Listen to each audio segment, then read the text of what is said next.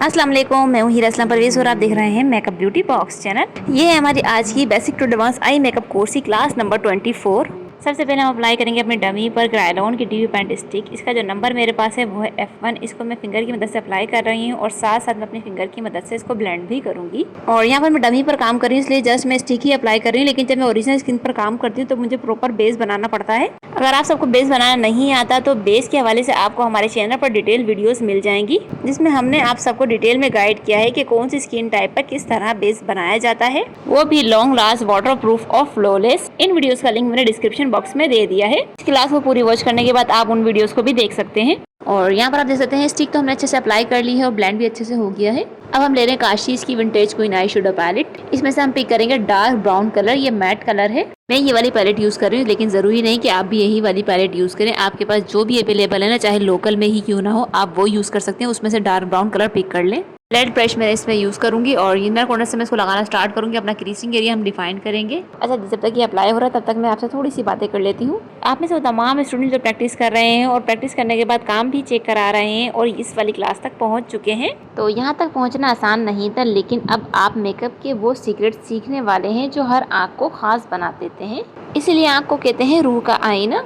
लेकिन आज के बाद ये आईना सिर्फ चमकेगा ही नहीं बल्कि सबको हैरान भी करेगा, क्योंकि ये क्लास आपके हाथों में वो कमाल ले आएगी जिससे ये आई लुक सिग्नेचर स्टाइल बन जाएगा। और यहाँ पर आप देख सकते हैं कि हमने इनर कॉर्नर से इसको लगाना स्टार्ट किया था, अपना क्रीसिंग एरिया डिफाइन किया है। मिड तक पहुंचने के बाद मैंने इसको कप शेप दी है, जहाँ पर हमारी आईब्रो का एंड है वहाँ तक। और जस्ट हमने इस वक्त अभी अपना कलर डिपॉजिट किया है, कोई हमने ब्लेंडिंग नहीं की है। अच्छा, जिस शेप हमें परफेक्ट मिल गई है इसलिए मैं यहाँ पर बार बार अपने कलर को पिक करके अपने शेप को डार्क कर रही हूँ। अब मैं अपने उसी ब्रश में रस्ट और मर्जेंडा कलर पिक कर रही हूँ और ये कलर्स भी मैट ही हैं। इन कलर्स को भी हम अपने क्रीसिंग एरिया पर ही अप्लाई करेंगे, इसके ऊपर आपको लेकर नहीं जाना। ये ब्रश ऐसे चलाएं जैसे चाय हिलाई जाती है, बस फर्क ये है कि यहाँ रंग ज्यादा है और चीनी कम। और ब्रशेस को ऐसे पकड़े जैसे कोई राजदारी की चीज पकड़ी जाती है। ज्यादा जोर डाला तो रंग भी नाराज और आँख भी परेशान। जस्ट हम कलर्स को बिठा रहे हैं, बिल्कुल ऐसे जैसे मेहमानों को सोफे पे बिठाते हैं, इज्जत के साथ आराम से। याद रखें ब्रश को रगड़ना नहीं, ये कपड़े धोने वाली बाल्टी नहीं है। और इसके अलावा कुछ रंग फटाफट जम जाते हैं, कुछ ज़रा आशिक मिजाज होते हैं, देर लगाते हैं लेकिन आखिरकार जम ही जाते हैं। यहाँ पर आप रंगों की बारिश देख सकते हैं, कितने खूबसूरत तरीके से हमने कलर्स अप्लाई किए हैं। इसके अलावा कलर्स आपके ऊपर डिपेंड करते हैं कि आपने अपने आई मेकअप में कलर्स को डार्क रखना है या फिर लाइट। और जब तक यहाँ पर मैं इन कलर्स को डार्क करें तब तक मेरी आप सबसे छोटी सी रिक्वेस्ट है कि अगर आपने अब तक इस वीडियो को लाइक नहीं किया तो जल्दी से हमारी वीडियो को लाइक कर लें। आपके लाइक से हमें एक मोटिवेशन मिलती है ताकि हम इसी तरह की इन्फॉर्मेटिव वीडियोस आप लोगों के लिए जल्द से जल्द लेकर आते रहें। अब हमें लाइट कलर चाहिए अपने आई मेकअप में, इसलिए यहाँ पर मैं ऑरेंज मस्टर्ड सा कलर पिक कर रही हूँ अपने क्रीज ब्रश में। क्रीज ब्रश में आपने कलर्स को पिक करने के बाद लास्ट में जो है डस्ट ऑफ करना है, क्योंकि हमने ब्लेंडिंग करनी है। इसमें जो है एक्स्ट्रा एक्सेस आ जाता है हमारा, जो कि अप्लाई करते हुए फॉल ऑफ होता है। और अब सारे रंग पार्टी में मिलने जा रहे हैं। अगर नरमी से ब्लेंड किया तो ये कज़न की शादी की तरह खुशी खुशी रहेंगे, लेकिन अगर ज़्यादा दबाव डाला तो फिर झगड़ा शुरू। आपने ब्रश को इतने हल्के हाथ से पकड़ना है और सर्कुलर मोशन में मूव करते हुए अपने कलर्स को ब्लेंड करना है। आपके आई मेकअप में ब्लेंडिंग बहुत मैटर करती है। ये स्टेप आपने मिस किया तो समझे सेल्फी में फिल्टर ऑन करना ही भूल गई। और डमी पर प्रैक्टिस करके जो कॉन्फिडेंस आता है वो ऐसा ही है जैसे एग्जाम में सवाल पेपर से पहले आ जाए। और यहाँ पर आप देख सकते हैं जैसे जैसे हम इसको ब्लेंड करते जा रहे हैं हमारे जो कलर्स हैं वो स्प्रेड होते जा रहे हैं और क्रीसिंग एरिया से लेकर अपर क्रीज एरिया तक पहुँच चुके हैं। ब्लेंडिंग ना हो तो शेड ऐसे लगता है जैसे रोटी आधी कच्ची रह गई हो। आपने यहाँ पर ब्रश को जरा प्यार से चलाना है, गुस्से से नहीं। ये आँख है, तख्ता नहीं। ये रंग भी रिश्तेदारों की तरह है, थोड़ा घुल मिले तो मंजर खूबसूरत लगता है। ब्लेंडिंग के बगैर आई शेडो ऐसे लगता है जैसे होमवर्क अधूरा छोड़ दिया हो। आपने अपने आई शेडोज को तब तक ब्लेंड करा जब तक आपको एक ट्रांजिशन इफेक्ट ना मिल जाए। ब्लेंडिंग तो हमारी कंप्लीट हो गई है। अब हम करेंगे कट क्रीज। इसके लिए ली है मैंने क्रायोलॉन की टीवी पेंट स्टिक, वही वाली, और F1 इसका नंबर है। इसको मैंने अपने फ्लैट ब्रश में पिक कर लिया है। फ्लैट ब्रश मेरे पास है जोइबा का। कट क्रीज को हम उसी तरह इनर कॉर्नर से स्टार्ट करेंगे, अपना क्रीसिंग एरिया डिफाइन करते हुए कर्व शेप में अप्लाई करेंगे, जैसा कि मैं आपको प्रीवियस क्लासेस में सिखाती आ रही हूँ। अच्छा जी, कट क्रीज असल में आँख की जादुई लकीर है जो मेकअप को बनाती है प्रोफेशनल। अब बन रही है कट क्रीज की वो लाइन जो नज़र को कर देगी मजीद हसीन। कट क्रीज असल में एक आर्ट है और आज हम इसके आर्टिस्ट हैं। ये वो स्टेप है जिसके बाद आँख खुद कहती है अब मैं रैंप पर चलने को तैयार हूँ। दरअसल कट क्रीज मेकअप की दुनिया का शॉर्टकट है, सीधी ग्लैमर की मंजिल पर ले जाता है। और इस स्टेप में हाथ कांपे तो डिजाइन भी कांप जाएगा, इसलिए ब्रश प्यार से चलाएं। कट क्रीज बनते ही सादा सा मेकअप बदलता है फुल पार्टी मेकअप लुक में। और यहाँ पर तो हमारी कट क्रीज कंप्लीट हो गई है, आप देख सकते हैं। अब इसको हम नीट करेंगे। ये स्टेप ना हो तो मेकअप अधूरा लगता है, जैसे तस्वीर बगैर फ्रेम के। कट क्रीज तो यहाँ पर हमारी कंप्लीट हो गई है। अब हम आगे बढ़ते हैं। अब मैं उसी पैलेट में से मैट ब्राउन कलर पिक कर रही हूँ। यहाँ पर मैंने स्मॉल साइज का ब्रश लिया है और ये एंगल ब्रश है और ये एक लोकल ब्रश है मेरे पास। ये किसी ब्रांड का ब्रश नहीं है और ये थोड़ा बहुत जो ना फ्लैट नुमा होता है। इस ब्लैक कलर को जहाँ पर हमारी आई का एंड हो रहा है वहाँ से एक विंग बनाना स्टार्ट करेंगे। ये आउटर कॉर्नर का कलर पूरे मेकअप को बैलेंस और शार्प बनाएगा। आउटर कॉर्नर पर डार्क शेड लगाने से आंखों में नेचुरल डायमेंशन आ जाएगी। इस ब्लैक कलर को भी हम उसी तरह कर्व शेप में ही अप्लाई करेंगे जिस तरह हमने कट क्रीज की है, लेकिन गैप देते हुए। जैसा कि आप वीडियो में देख ही सकते हैं, ब्लैक कलर हमारे और कट क्रीज के दरमियान में एक आपको लाइन नजर आ रही होगी, ये हमने गैप दिया है। इस तरह के जो आई मेकअप अक्सर आपने वीडियोस में या पिक्चर्स में देखे होंगे, इस तरह के आई मेकअप जो ना double cut crease eye makeup कहलाते हैं। इस विंग की जो नोक आपने बनानी है वो शार्प हो, यानी कि बारीक सी आपने लाइन बनानी है इस विंग की। ये स्टेप आंखों को बड़ी और लिफ्टेड अपीयरेंस देने के लिए है। और इसके अलावा हमेशा आउटर कॉर्नर पर ज्यादातर जो है ना डार्क कलर का इस्तेमाल किया जाता है ताकि आंखों में डेप्थ नजर आए। साथ साथ मैं इस ब्लैक आई शेडो को अपनी लोअर रिम पर भी अप्लाई कर रही हूँ। यहाँ पर मैं आप सबकी तवज्जो चाहूंगी, इनर साइड पर लोअर रिम के आप देख सकते हैं कि मैंने गैप दिया है। इसी तरह थोड़ा सा गैप आपने भी इनर साइड पर देना है। बस मैंने इनर साइड पर ही गैप दिया है। उसके बाद मैंने उसी लोअर रिम के साथ अटैच करते हुए अपने आउटर कॉर्नर के साथ मैंने इसको मिला दिया है। और जो हमने ब्लैक आई शेडो अपने क्रीसिंग एरिया पर गैप देते हुए अप्लाई किया था, इसको मैं जरा मिड तक ले आऊंगी। अब मैं आउटर कॉर्नर को डार्क कर रही हूँ ताकि आंखों की शेप और भी खूबसूरत लगे। यहाँ पर मैं उन्हीं कलर्स का इस्तेमाल करूंगी जो हमने क्रीसिंग एरिया पर अप्लाई किए हैं, और वो भी उसी तरतीब के साथ। पहले मैंने डार्क ब्राउन कलर को अपने ब्लैक कलर के साथ अटैच कर दिया। उसके बाद मैंने रस्ट और मजेंडा कलर पिक करके तीनों कलर्स को अच्छे से ब्लेंड कर लिया है। अब ये ब्लेंडिंग अंदर की तरफ जा रही है ताकि सारे कलर्स आपस में जुड़ जाएं। यहाँ ब्लेंडिंग करते वक्त हाथ बहुत हल्का रखना है ताकि लाइनें हार्श ना लगे। ब्लेंडिंग करते वक्त जो हमने मिड तक अपने ब्लैक कलर को अप्लाई किया था वो भी हमारा जरा स्प्रेड हो गया था, इसलिए यहाँ पर मैं इसको मजीद डार्क कर रही हूँ। और इस ब्लैक कलर की जो नोक है ना वो आपने शार्प रखनी है, चाहे वो लोअर रिम की नोक हो या फिर क्रीसिंग एरिया पर जो मिड तक आ रही है इसकी नोक हो। सेंटर ऑफ आई लिड पर आप देख सकते हैं कितने खूबसूरत तरीके से हमारे कलर्स निकल कर आए हैं। डार्क आउटर कॉर्नर पर है, उसके बाद मीडियम आ रहा है, उसके बाद जो हमने लाइटर शेड अप्लाई किया था अपने मस्टर्ड ऑरेंज सा, वही कलर मैंने लाइटर शेड में अप्लाई किया है। कोई अलग से कलर्स मैंने अप्लाई नहीं किए हैं। जो हमने क्रीसिंग एरिया पर अप्लाई किए थे सेम वही कलर्स मैंने इसके अंदर भी अप्लाई किए हैं। लोअर रिम पर भी हमने यही स्टेप्स अप्लाई किए हैं जिस तरह की मैंने आपको स्टार्ट में दिखाया था। कलर्स में आपको बार बार इसलिए नहीं दिखा रही, इस तरह जो है हमारी वीडियो बहुत ज्यादा लंबी हो जाएगी।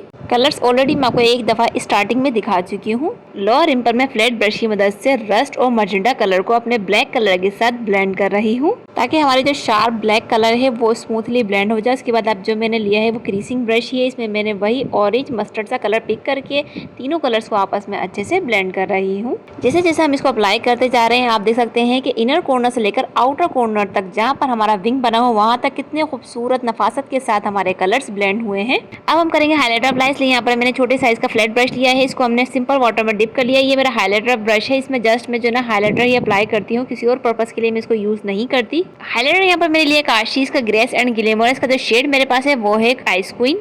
आप इसकी जगह क्रिस्टीन का इंटरफेरेंस शेड ले सकते हैं जो कि बहुत हसीन है और बहुत ज़्यादा अफोर्डेबल भी।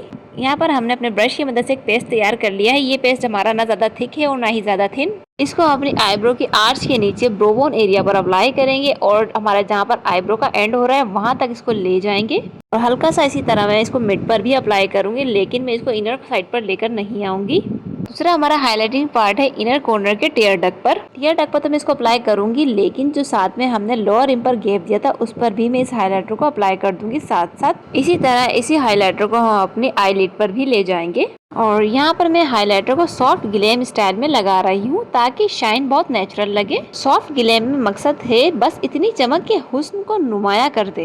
ये हाइलाइट अप्लाई करने के बाद जब आप किसी इवेंट्स पर जाएंगे और उस इवेंट पर आपके ऊपर लाइट्स पड़ेंगी तो ये चमक अलग ही कहानी सुनाएगी। ये ग्लो लगते ही फेस एकदम से रिफ्रेश लगने लगेगा। इस हाइलाइटर को आईलिड पर अप्लाई करते हुए मैंने क्रीसिंग एरिया पर ध्यान रखा है कि हमारा गैप लाजमी आए। इसको ब्लेंड करने के लिए हम फिंगर का इस्तेमाल करेंगे, लेकिन फिंगर आपकी नीट होनी चाहिए।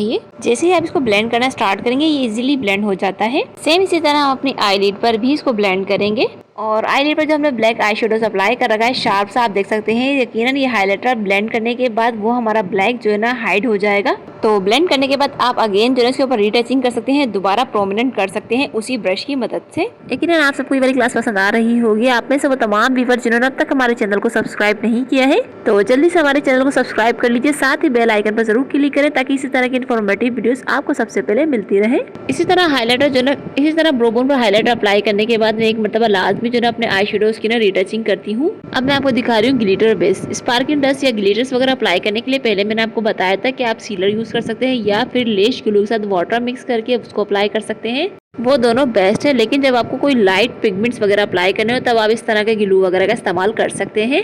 ये भी एक तरीके का ग्लू ही है। मैं इस बेस को बहुत कम यूज करती हूँ। ये फेसिट का है, मेरे पास 131 इसका नंबर है। तो just centre of eyelid पर मैं इसको अप्लाई करूंगी। इसकी जगह आप सीलर वगैरह भी यूज कर सकते हैं जो भी आपके पास अवेलेबल हो। इस आई मेकअप में मैं लगाऊंगी मीका आई से कैमलिन आई पिगमेंट्स। नंबर इसका जो है वो है 16। ये कलर मुख्तलिफ एंगल्स पर बदलता है।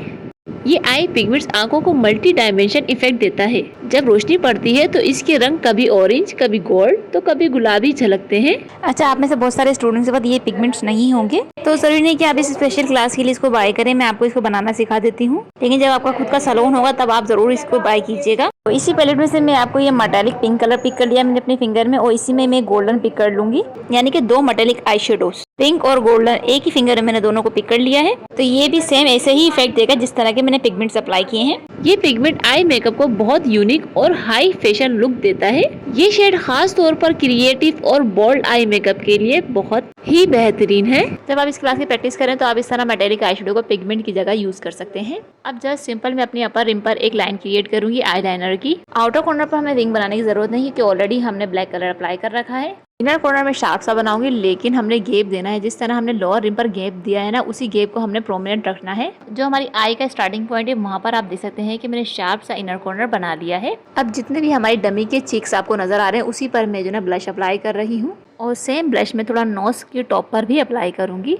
अब हम यहाँ पर नोज की कॉन्टोरिंग करेंगे। साइड से यहाँ पर आप देख सकते हैं कि मैंने क्रीज ब्रश ले लिया है, उसी की वजह से यहाँ पर मैं कॉन्टोरिंग कर रही हूँ। और हमारी जो आईब्रोज है ना, स्टार्टिंग पॉइंट आईब्रोज का, वहाँ से मैंने इस ब्राउन कलर को अटैच कर दिया। इस तरह जो हमारी नोज है ना वो लंबी लगती है। लास्ट में हम करेंगे लेशेस अप्लाई। लेशेस में लगा रही हूँ DA14। इस लेशेस का लिंक आपको डिस्क्रिप्शन बॉक्स में मिल जाएगा। और लेश ग्लू मैं हमेशा यूज करती हूँ स्वीट टच का, बहुत ही जबरदस्त किस्म की ये लेश ग्लू है। लेश की बेंड पर मैं ग्लू अप्लाई कर चुकी हूँ। इसको थोड़ी देर आपने ड्राई होने के लिए छोड़ देना। उसके बाद आपने अपनी लेश को जो ना सेंटर से होल्ड करना है। फिर जो आपने लाइनर अप्लाई किया था बिल्कुल अपनी लेशेस के पास आपने अपनी इस फेक लेशेस को अप्लाई करना है। और एक मरतबा लाजमी किसी भी थिन ब्रश की टॉप की मदद से आपने इसको हल्का हल्का सा प्रेस कर लेना है ताकि ये हमारी जो लेशेस हैं वो इनर कॉर्नर, आउटर कॉर्नर और सेंटर से हर जगह से अच्छे से स्टिक हो जाए। यहाँ पर होता है हमारी basic to advance eye makeup course की क्लास नंबर 24 का एंड। मगर मेकअप का सफर फिर भी जारी है और अगले क्लास में हम करने जा रहे हैं ऐसा आई मेकअप जो देखने वालों को कहने पर मजबूर कर देगा, वाह ये तो कमाल हो गया। तो मिलते हैं क्लास 25 में।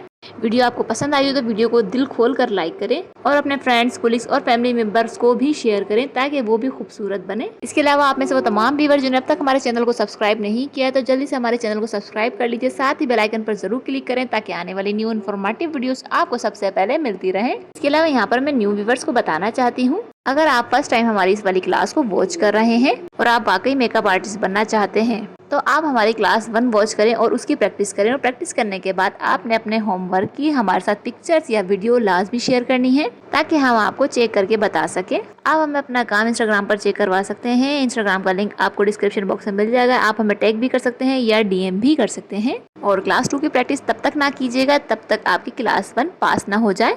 आपको हमारे चैनल पर इस मेकअप कोर्स की प्लेलिस्ट मिल जाएगी। इसके अलावा आप हमें सोशल मीडिया पर भी फॉलो कर सकते हैं, लिंक डिस्क्रिप्शन बॉक्स में मौजूद है। अब दीजिए इजाजत, मिलते हैं अगली वीडियो में किसी न्यू टॉपिक के साथ। अपना रखिएगा ढेर सारा ख्याल, मुझे रखिएगा दुआओं में। तब तक के लिए अल्लाह हाफिज़।